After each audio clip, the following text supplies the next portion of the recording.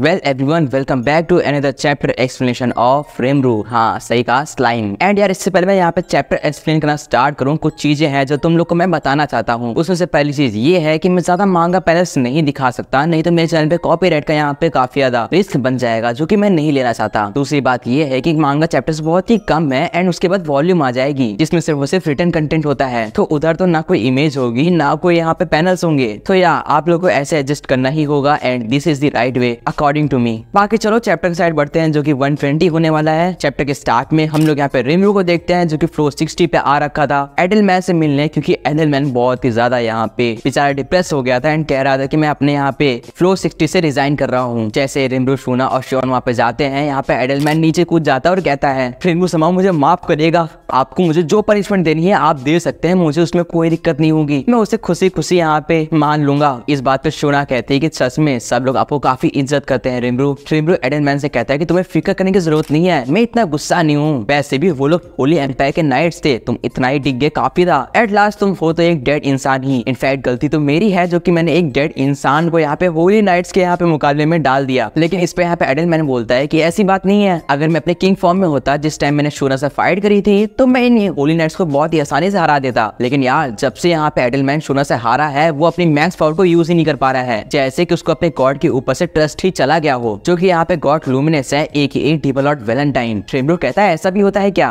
Well वो यहाँ पे शूना से पूछता है कि तुम्हारे पास कितनी होली पावर है। इस पे शूना कहते हैं कि मेरे पास कोई होली पावर नहीं, बल्कि मैं जैसे होली पावर यूज करती हूँ उसका यहाँ पे तरीका कुछ डिफरेंट है। एक्चुअली में यहाँ पे शूना अपनी यूनिक स्किल पर्सर को यूज करती है, जो कि जब रेमरू डेमन लॉर्ड में इवॉल्व हुआ था तब उसे मिली थी। ये स्किल बहुत ही सिंपल होती है, अगर तुम अपने यहाँ पे लीडर के ऊपर विश्वास करते हो, जो कि शूना के यहाँ पे इसमें रेमरू है, तो तुम उतने ही ज्यादा पावरफुल हो जाते हो। ये जस्ट लाइक ऐसा है कि तुम किसी गॉड को वर्शिप कर रहे हो। शूना को यहाँ पे रेमरू के ऊपर काफी ट्रस्ट है, इसलिए शूना काफी पावरफुल होगी और वो यहाँ पे होली पावर को यूज कर पा रही थी। इस पे रेमरू यहाँ पे एडलमैन को एडवाइस करता है कि तुम मेरे को गॉड मानो ना कि लुमिनस को, क्योंकि मेरे को तुम्हें देख के लगता है कि तुम्हारे यहाँ पे लुमिनस के ऊपर से विश्वास उठ चुका है। जिसपे यहाँ पे एडलमैन रेमरू से कहता है कि उसने आज तक यहाँ पे लुमिनस को ना ही देखा है और ना ही उसके साथ कोई यहाँ पे कॉन्ट्रैक्ट फॉर्म करा है, जिसकी वजह से यहाँ पे एडलमैन यहाँ पे लुमिनस की पावर्स को यूज कर सके। जिसपे रेमरू बोलता है कि इसके लिए तुम्हें कॉन्ट्रैक्ट फॉर्म करने की जरूरत नहीं है। एक्चुअली में यहाँ पे लुमिनस के पास एक स्पेशल यूनिक एबिलिटी है जिसका नाम skill of faith and favour है, और इसी एबिलिटी के यूज से यहाँ पे लुमिनस अपने कुछ पावर्स तुम लोग को यहाँ पे प्रोवाइड करती है। इसी तरह तुम लोग मेरे का भी यूज कर सकते हो, क्योंकि मैंने भी ये पावर यहाँ पे लुमिनस से सीख ली है, AKA डेमन लॉर्ड वैलेंटाइन। रेमरू कहता है कि तुम मुझे गॉड की तरह वर्शिप करो और मैं तुम्हें ये पावर्स दूंगा, लेकिन हाँ इसका ज्यादा यूज मत करना। साथ साथ में रेमरू यहाँ पे शूना के ऊपर सारी जिम्मेदारी छोड़ देता है एडलमैन को ट्रीट करने के लिए। कुछ टाइम बाद हम लोग को मालूम पड़ता है कि एडलमैन अब काफी ज्यादा पावरफुल मैजिक यूज कर पा रहा है, जस्ट बिकॉज कि अब वो रेमरू का यहाँ पे वर्शिप कर रहा है। शूना उसको ये भी समझाती है कि तुम्हें यहाँ पे रेमरू की ज्यादा पावर यूज नहीं करनी है, ताकि अपने मास्टर रेमरू यहाँ पे ज्यादा थके नहीं। जिसपे रेमरू कहता है मैंने सही इंसान को जिम्मेदारी सौंपी है। फिलहाल वहीं पे सीन शिफ्ट हो जाता है और हम लोग अगली सीन देखते हैं, जहाँ पे रेमरू पास यहाँ पे मिलिन भागते हुए आती है और वो कहती है मेरे को सब मालूम पड़ गया है, किसी इंसान ने मेरे सारे ड्रैगन्स को हरा दिया ना। जिसपे रेमरू कहता है हाँ वो और कोई नहीं बल्कि हिनाता ही है, लेकिन सबसे बड़ा डेंजर और सबसे बड़ी अलर्ट की बात ये है कि एक टीम जिसका नाम ग्रीन फ्यूरी है वो बहुत तेजी से आगे बढ़ रहा है। इनफैक्ट वो अभी फ्लोर 40 के सरपेंट को भी हरा चुके हैं। वो लोग यहाँ पे हमारे यहाँ पे दी एबिलिटीज को थोड़ा सा मिस यूज कर रहे हैं और आगे बढ़ते जा रहे हैं। इसमें मिलिन कहती है ये तो बहुत ही बुरी बात है, अब तुम क्या करोगे? जिसमें रेमरू कहता है कि मैं एक डेमन लॉर्ड हूँ और अगर मैंने उनको इतनी आसानी से बढ़ने दे दिया तो फिर मेरी इज्जत का क्या नाम रह जाएगा, इसलिए फिक्र मत करो, मैंने काफी नई नई यहाँ पे ट्रैप्स जो है वो यहाँ पे फ्लोर 41 से लेके 49 के बीच में बिछा दिए हैं, जैसे कि यहाँ पे बाउंस स्लाइम, जिसके ऊपर जाते ही तुम बाउंस करने जाओगे और आगे बढ़ते बढ़ते वही बाउंस स्लाइम यहाँ पे एक दलदल में बदल जाएगा, जहाँ पे अगर तुम डूबे तो डायरेक्ट मारे जाओगे। साथ साथ में यहाँ पे ड्रॉपिंग स्लाइम्स भी हैं, जो कि अगर तुम्हारे कपड़े के ऊपर गिर गए तो तुम्हारे कपड़े मेल्ट हो जाएंगे। एंड देन एक बहुत ही अनोखी चीज जो कि तुम्हें देखने में तो मॉन्स्टर लग सकती है, लेकिन वो मॉन्स्टर नहीं है। अगर तुम उस चीज के ऊपर अपने कोई भी हथियार से हमला करते हो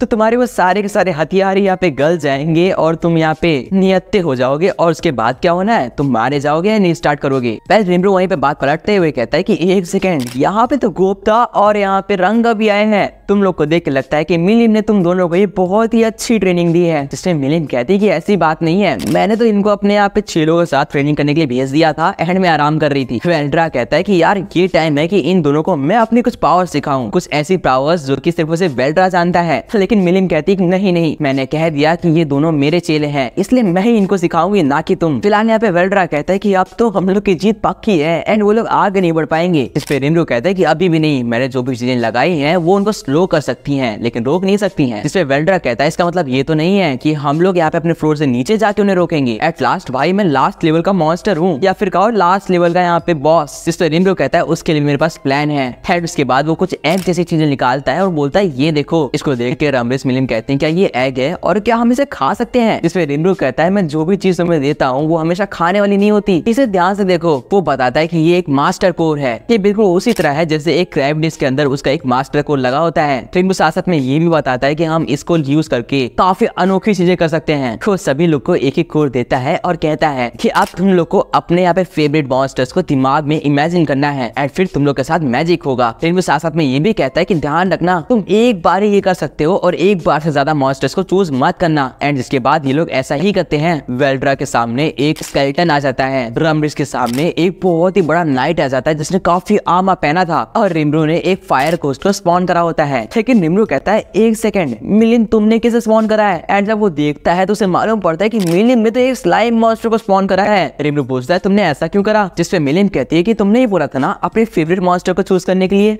तो मैंने कर लिया। ये सुन के रिमरू थोड़ा एम्बैरेस हो जाता है क्योंकि उसका फेवरेट मॉन्स्टर स्लाइम था। फिलहाल अब रिमरू कहता है कि ये वो मॉन्स्टर्स होंगे जो कि हमारी जगह उनसे जाके लड़ेंगे। फिलहाल इस पे भी वेल्ड्रा उसे ठोक देता है और कहता है कि यार ये तो सिर्फ और सिर्फ एक तरह से पपेट है, इनके अंदर तो कोई सोल है ही नहीं, तो ये फाइट कैसे करेंगे। जिसमें रिमरू कहता है तुम जितनी भी बार मेरे को यहाँ पे क्वेश्चन पूछना चाहो पूछ सकते हो क्योंकि मैंने सारी चीजें प्लान करके रखी है। जिसके बाद रिमरू कहता है अब ये देखना, और वो एक और कोर निकाल लेता है जिसको अपने हाथ में पकड़ता है और वहीं पे रिमरू बेहोश हो जाता है। रिमरू को बेहोश होते हुए देख के सब लोग उसके पास दौड़ते हैं और उसको संभालते हैं। वो लोग कह रहे होते हैं कि रिमरू बेहोश कैसे हो गया। फिलहाल तभी रिमरू का जो घोस्ट होता है उसके अंदर रिमरू आ जाता है और कहता है गाइस मैं यहाँ पे हूँ। उसको सब लोग देखते हैं और कहते हैं ये कैसे हो सकता है। रिमरू कहता है यही है ना स्पेशलिटी। जिसके बाद वो सबको कोर्स देता है एंड सब लोग अपने अपने बनाए हुए यहाँ पे मॉन्स्टर्स के अंदर घुस जाते हैं। वेल्ड्रा यहाँ पे स्केलेटन के अंदर, रमरिस यहाँ पे नाइट के अंदर एंड मिलिन यहाँ पे स्लाइम के अंदर। रिमरू कहता है कि हम लोग यहाँ पे फ्लोर 49 पे जाएंगे और उन लोग को उससे आगे बढ़ने से रोकेंगे। जिसके बाद ये लोग सारे लोग बहुत ही एक्साइटेड होकर प्रैक्टिस करने के लिए निकल जाते हैं। ये लोग यहाँ पे डंजन के अंदर आते हैं एंड वहाँ पे प्रैक्टिस करना स्टार्ट करते हैं। लेकिन यार लो लेवल मॉन्स्टर से ये लोग हार जा रहे थे। एट लास्ट ये लोग थके मंदे हार के घर आ जाते हैं और कहते हैं यार हमारी मेन शरीर में तो हम काफी पावरफुल है लेकिन यार ये शरीर में हमसे खेलते ही नहीं बन रहा। रिमरू कहता है सब्र करो, हमारी दिक्कत यहाँ पे पावर्स में नहीं बल्कि कोऑर्डिनेशन और यहाँ पे टीम वर्क में है। वो सबसे बताता है कि हम लोग यहाँ पे माइंड टेक्निक से यानी कि टेलीकिनेसिस से यहाँ पे सबके अटैक मूव्स पहले ही यहाँ पे बता देंगे हम लोग क्या करने वाले हैं ताकि आगे जाके कोई भी चीज क्लैश ना हो और एक अच्छा टीम वर्क बन सके। जिसके बाद ये लोग यहाँ पे स्पाइडर मॉन्स्टर को मारने के लिए जाते हैं एंड भाई सरप्राइजिंगली ये लोग काफी अच्छा परफॉर्म करते हैं। रिमरू कहता है बस काम हो गया। जिसके बाद ये लोग वापस आते हैं और यहाँ पे वेल्ड्रा कह रहा होता है यार उन लोग के पास इतनी बढ़िया आर्मर, इतने बढ़िया यहाँ पे स्वॉर्ड्स वगैरह हैं एंड हम ऐसे कैसे उसे जीत सकते हैं। एट लास्ट वो ग्रीन फ्यूरी है एंड वो इतने आगे तक बढ़ के आए हैं। इस पे रिमरू कहता है सबर करो, मैंने कुरुबे से कह के काफी हाई लेवल यहाँ पे आर्मर्स एंड यहाँ पे वेपन्स बनवाने का इंतजाम पहले ही कर दिया था। इसके बाद कुरुबे वहाँ पे आता है और सबके लिए स्पेशल वेपन्स लेके आता है। उन सारी वेपन्स और यहाँ पे आर्मर्स को पहन के ये सब लोग ही रेडी हो जाते हैं और कहते हैं अब हम लोग ग्रीन फ्यूरी को रोकने के लिए तैयार हैं। इसके बाद ये लोग ग्रीन फ्यूरी को रोकने के लिए डंजन में जाना स्टार्ट करते हैं। हम लोग यहाँ पे ग्रीन फ्यूरी की टीम देखते हैं जिसका लीडर यहाँ पे एक लड़की होती है। जब ये लोग आगे बढ़ ही रहे होते हैं तभी इनके पीछे इनको आवाज आती है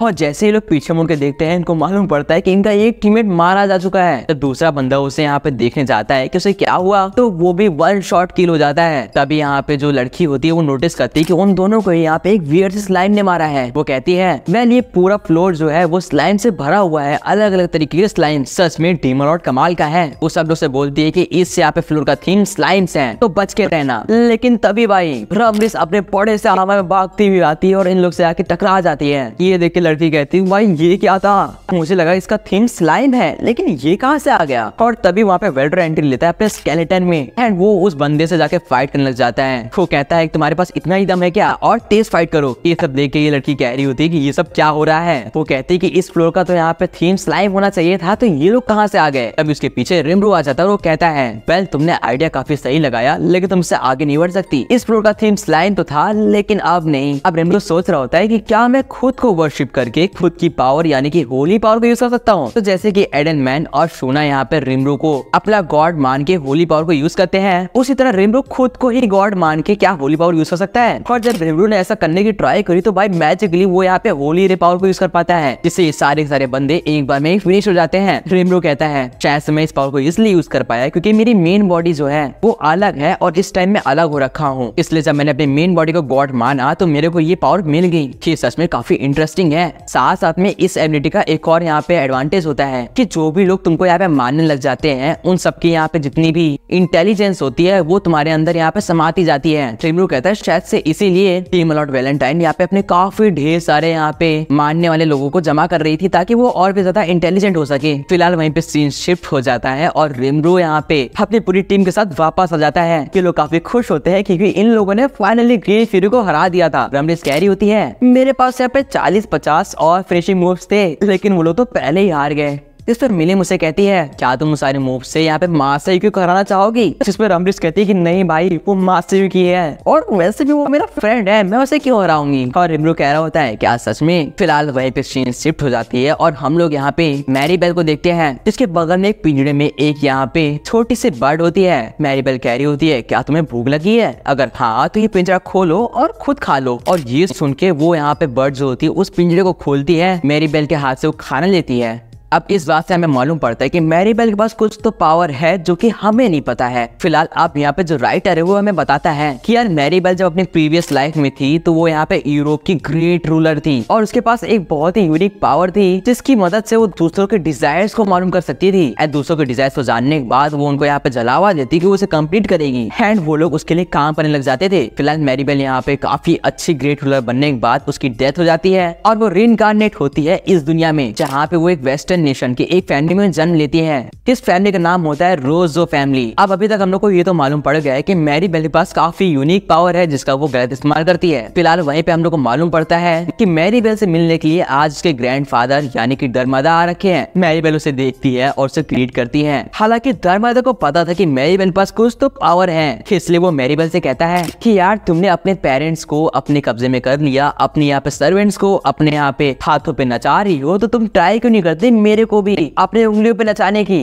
जिसपे मैरीबेल साफ साफ कहती है कि ग्रैंडफादर आपके डिजायर्स बहुत ही ज्यादा बड़े हैं। एंड यार इतने बड़े डिजायर्स देख के तो मैरीबेल भी शॉक हो चुकी थी, इसलिए वो चाहती कि वो अपने ग्रैंडफादर साथ काम करे। ये सब सुन के उसके ग्रैंडफादर यानी कि धर्मादा काफी खुश होता है और कहता है कि यार मेरे जाने के बाद मेरी जितनी भी संपत्ति है मैं तुमको देने वाला हूँ क्योंकि मुझे पता है कि मेरी प्लेस सिर्फ तुम ले सकती हो। मैरीबेल कहती है कि आप फिक्र मत करिए, मैं आपका सपना जरूर सच करूंगी क्योंकि मेरा नाम है मैरीबेल द ग्रीडी वन। और अगली सीन में हम लोग उसी मर्चेंट को देख रहे थे जो कि लास्ट टाइम रेमरू के फाउंडर फेस्टिवल से यहाँ पे हार मान के बाहर आ रहा था। वो कह रहा था कि अब मैं मैरीबेल के पास जाऊंगा तो वो लोग तो मुझे मार ही देंगे, इससे अच्छा है कि मैं कहीं भाग जाता हूँ और यहाँ पे गरीब की लाइफ सही लेकिन जिंदा तो रहूंगा। लेकिन यार तभी उसको पता नहीं कहाँ से शॉट पड़ता है और वो मारा जाता है। उसके पास सोई आता है और वो कहता है आखिर ये बंदा मारा कैसे गया। और वहीं पे फिर से सीन शिफ्ट हो जाती है और मैरीबेल कह रही होती है कि यार अब बस बहुत हो गया, इस रेमरू को मैंने यहाँ पे अंडर एस्टिमेट कर दिया था लेकिन अब मैं इसके सामने खुद जाऊंगी 1-on-1 फाइट के लिए। एंड गाइस यहीं पे चैप्टर 120 एंड हो जाता है। आप लोग को ये चैप्टर कैसा लगा कमेंट से बताना एंड सब्सक्राइब कर दो इसका अगला चैप्टर देखने के लिए। बाकी यार मिलता हूँ किसी ऑनलाइन वीडियो में, टिल देन गुड बाय।